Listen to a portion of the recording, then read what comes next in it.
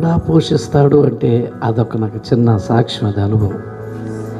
ఇస్సాకుని ఎప్పుడు అభివృద్ధి చేసాడో తెలుసా? అన్నీ బాగున్నప్పుడు కాదు, లోకం అంతా బాగున్నప్పుడు కాదు, పరిస్థితులన్నీ బాగున్నప్పుడు కాదు, నీళ్లు సమృద్ధిగా పారుతున్నప్పుడు కాదు.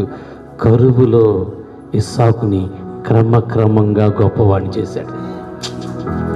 క్రమక్రమంగా వృద్ధి పొందుతూ వచ్చాడు. దేవుడు అలాంటి దేవుడు. ఇంకొకటి ఏంటంటే, బలహీనమైన దేవుడు బలపరిచేవాడుగా ఉన్నాడు. ఇస్సాకు ఎందుకంటే నాకు వాళ్ళతో గొడవ వీళ్ళతో గొడవ అనుకుంటున్నప్పుడల్లా, ఊరి బాబు వీడు ఎంత అమాయకంగా ఉన్నాడు, మరీ ఇంత మంచి మనసుతో ఉన్నాడని, ఇక నువ్వు కాదురు ఇప్పుడు నేనే వెళ్ళిపోతా గొడవకు అన్నట్టుగా ఆయన కలగ చేసుకునేవాడు. కాబట్టి బలహీనలను బలపరిచేవాడుగా ఉన్నాడు.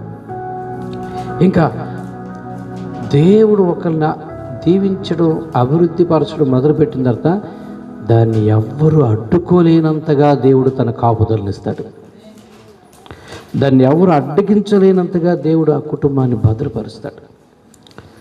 ఇక దేవుడు చూసారా కుటుంబాన్ని ఎలాగా, పిల్లల్ని కుటుంబాన్ని ఎలాగా కాపాడతాడంటే, ఈయనేమో నా చెల్లి అని చెప్పేశాడు, వాళ్ళేమో ఏంట్రా అని అడిగి వెళ్ళిపోయారు.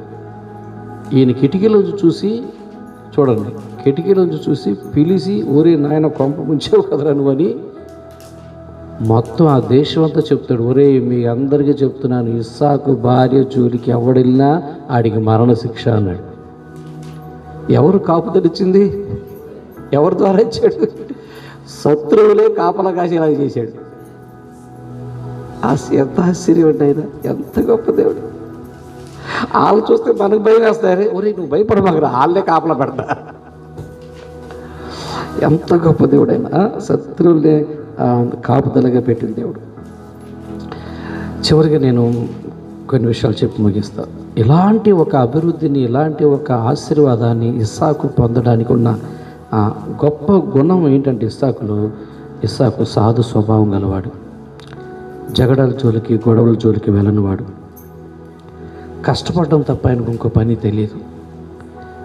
తనకు ఎదుటివారు నష్టం కలిగించిన మరో పక్కకి వెళ్ళి కష్టపడాలని చూస్తాడు తప్ప పగ తీర్చుకోవాలని చూడటం, సమయం కొరకు అస్సలు చూడటం.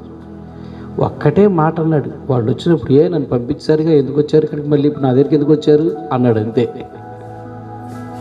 కాదురా బాబు, నీ దగ్గరికి మేము రావాల్సిన పరిస్థితి వచ్చింది, ఎందుకంటే నీతో దేవుడు ఉన్నాడన్న సంగతి మాకు అర్థమైంది, నీ అభివృద్ధిని మేము అడ్డుకోలేమన్న సంగతి మాకు అర్థమైంది, నీ ఎదుగుదలను మేము ఆపలేమన్న సంగతి మాకు అర్థమైంది.